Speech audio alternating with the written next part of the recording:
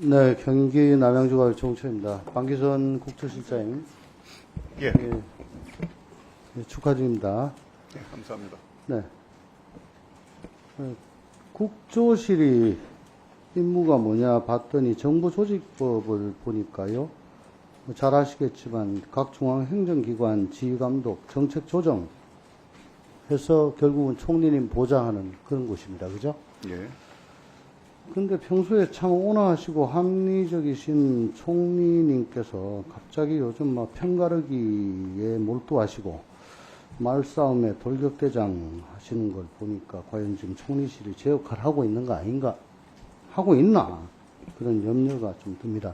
물론 실장님께서는 8월 22일 날 발탁이 되시고 25일 날 임명되셨습니까? 24일로 4일 날 있습니다. 임명되셨습니까? 그러면 그 의경제도 제도입 요거는 관여하셨습니까?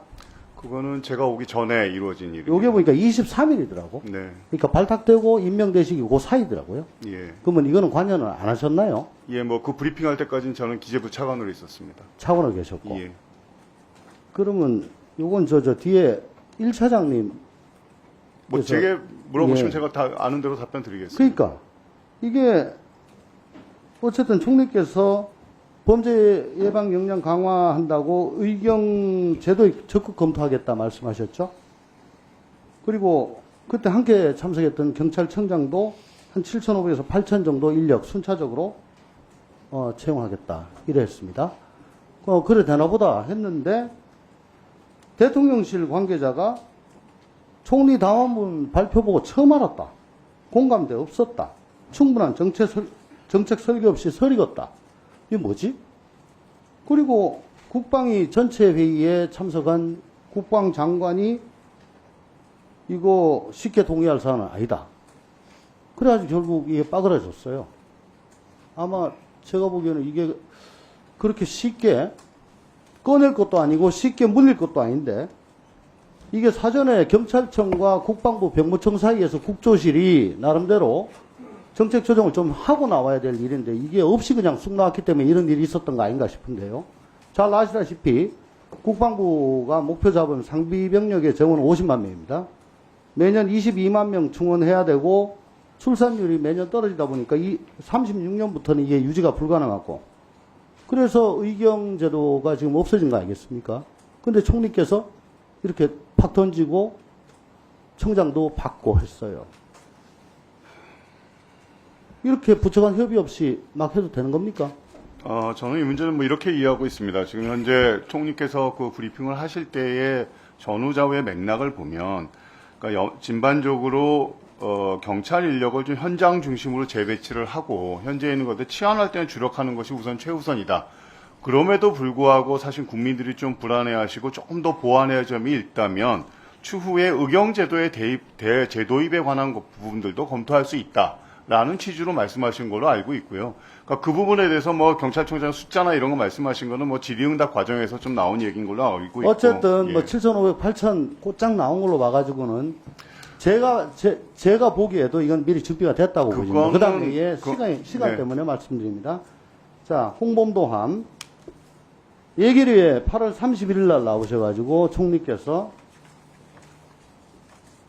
군함의 이름을 공산당원이었던 사람 이름으로 하는 것은 적절치 않다.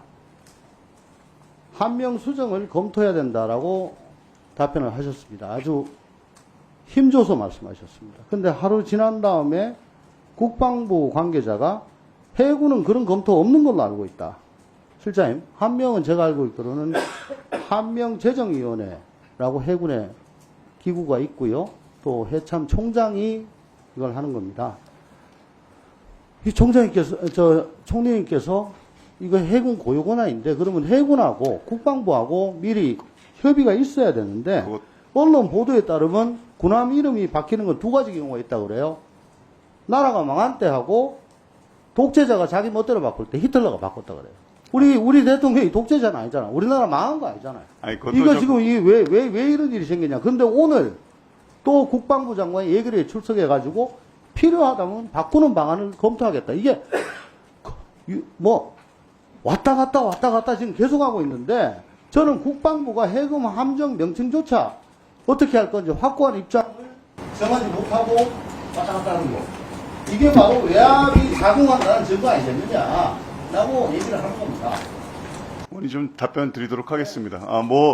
좀 전에 이제 그 의사록을 보여주셨는데요. 그 의사록을 보시면, 당시 의원님께서 이거에 대해서 어떻게 생각을 하느냐 그랬더니 이제 총리께서 그거는 국방부가 결정할 일이다. 국장부가 검토할 일이다라고 말씀을 드렸고, 이제 계속 물으시니까 뭐 개인적인 의견을 물으신다면 뭐 이러이러하기 때문에 이런 거는 좀 바꿔야 되는 것이 맞지 않느냐라는 사실 개인적인 의견을 피력하신 거고요.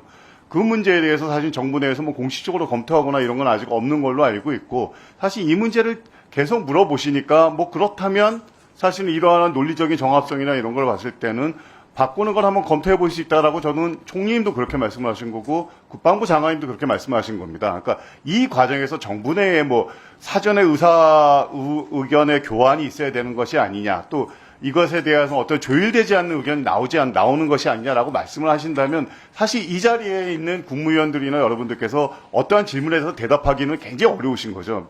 뭐 말씀하시면 결정된 바 없습니다라고 사실 말씀드릴 수밖에 없는 거거든요. 자, 마지막으로 헌법 86조를 말씀드립니다. 총리는 대통령을 보좌하면 행정에 관하여 대통령이 명을 받아 행정사건을 주관하잖아요. 예. 아무리 나가서 싸워라, 싸우면 이겨라 라고 대통령이 말씀하셔도 중심을 잡고 나라가 좀 안정적으로 갈 수 있도록 해주셔야죠. 거기에 실장이 잘 좀 모자를 해주십시오. 저는 뭐 나라가 이렇게 왔다 갔다 하면 되겠습니까? 저는 뭐 총리께서 이렇게 왔다 갔다 하고 계시다고 생각하지는 않고 있고, 만약에 그 부분에 있어서 제가 좀 보좌할 부 좀 더 노력할 부분이 있으면 최선을 다하도록 하겠습니다. 네. 네, 수고하셨습니다.